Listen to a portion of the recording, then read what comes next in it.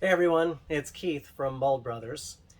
Today's video is going to be showing some footage from the 87th Sandhills, which is being held down in Arbor Lanes in Nebraska City. For anybody unfamiliar with Sandhills, this is a tournament that's held twice a year, and it is by far the most challenging oil condition of any tournament that I've ever bowled in. To give you a little perspective, there's 5 squads, and overall there's 175 to 200 bowlers, and you can generally expect about 5 to 7 people, maybe at most, that are going to average over 200. So it is a very challenging condition. To give you a little perspective of what it normally is, the shot changes a little bit here and there, but it's generally from about 10 to 12 out is going to be out of bounds. So generally pretty slick, and the ball's not going to come back. But inside, where there is a shot, it's very flat. So you have to hit your mark precisely. If you pull it left, it's going to go through the nose. And there's going to be a premium on picking up spares. It's very important to throw your spares straight in this tournament. If you're not used to doing that and you try to hook at it, you're going to miss some spares that you don't typically miss. So it is quite a challenge, but it's a fun challenge because everybody faces the same tough conditions. So we hope that you're liking the content that we're putting on the channel. So if you do, please like and then hit subscribe. Hitting subscribe really helps us out a lot. So with that said, we're going to take you down to Arbor Lanes and see what Sandhills has in store for us this year.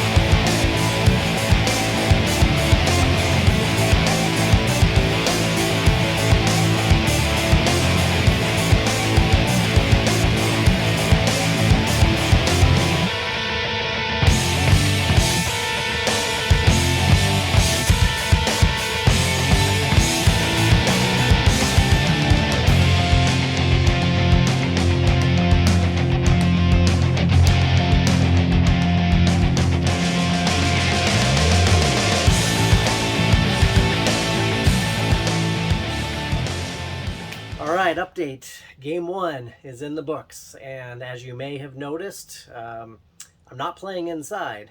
In practice, I noticed that the out of bounds is actually further right than normal, which is typically a plus. So we're looking at more like 5 and out is out of bounds, which is a little more typical of a lot of sport shots.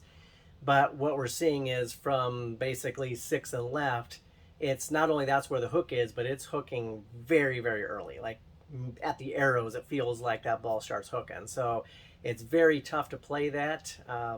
So I found in practice that the best thing for me was to come up behind the ball.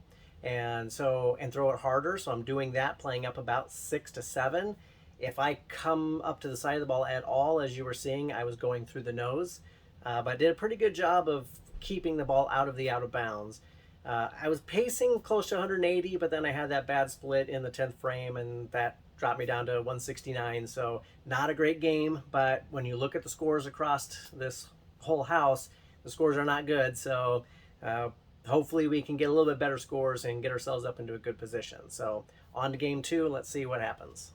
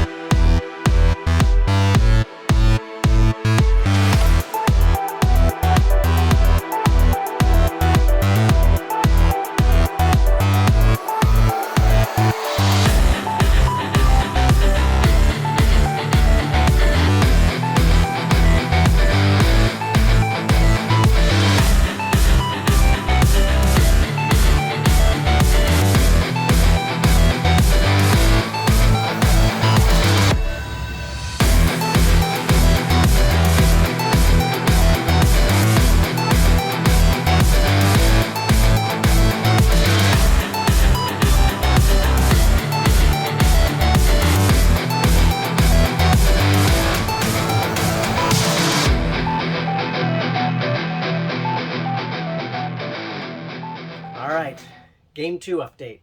So this one was a lot more of a challenge. I noticed that before we moved pairs that it looked like the oil was starting to carry down a little bit and that players were starting to migrate left. And so I decided to do the same thing and really struggled to find a line that was going to work. You can see when I was hitting the pocket, I wasn't carrying, and I wasn't hitting the pocket very often. I was missing some spares. Very rough game, shot in the 140s, so that's a pretty embarrassing game. Not something that is up to my standards, but it's a long tournament. Again, scores are really bad. I do think that this area of the lane is right. I just need to figure out what's the right ball. I need to figure out what's the right line exactly, and I need to do the best I can to hit it, and I need to fill frames. So we are on to game 3.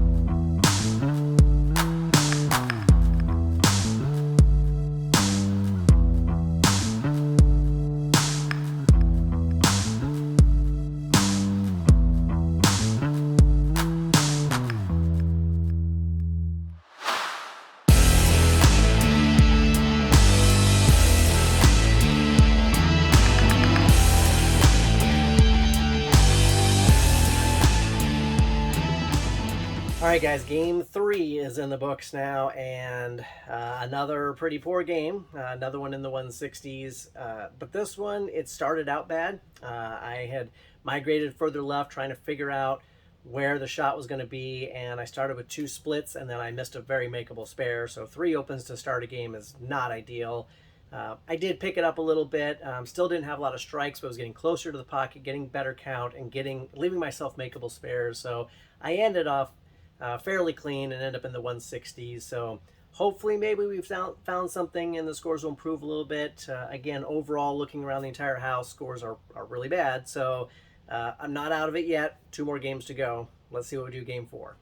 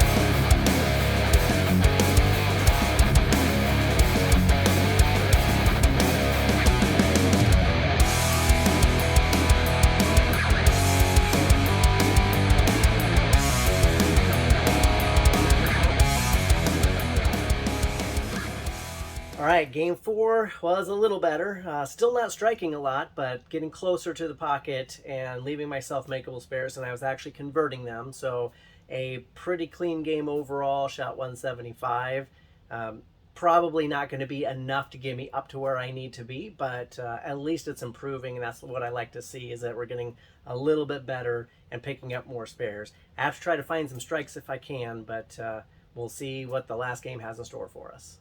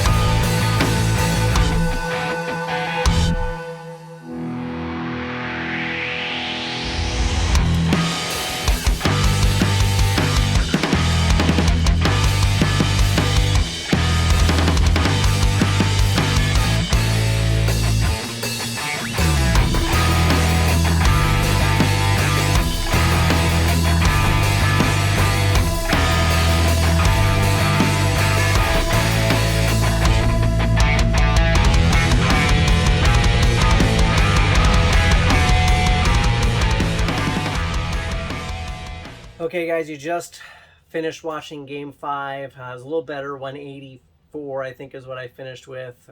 Had just the one open in the ninth frame.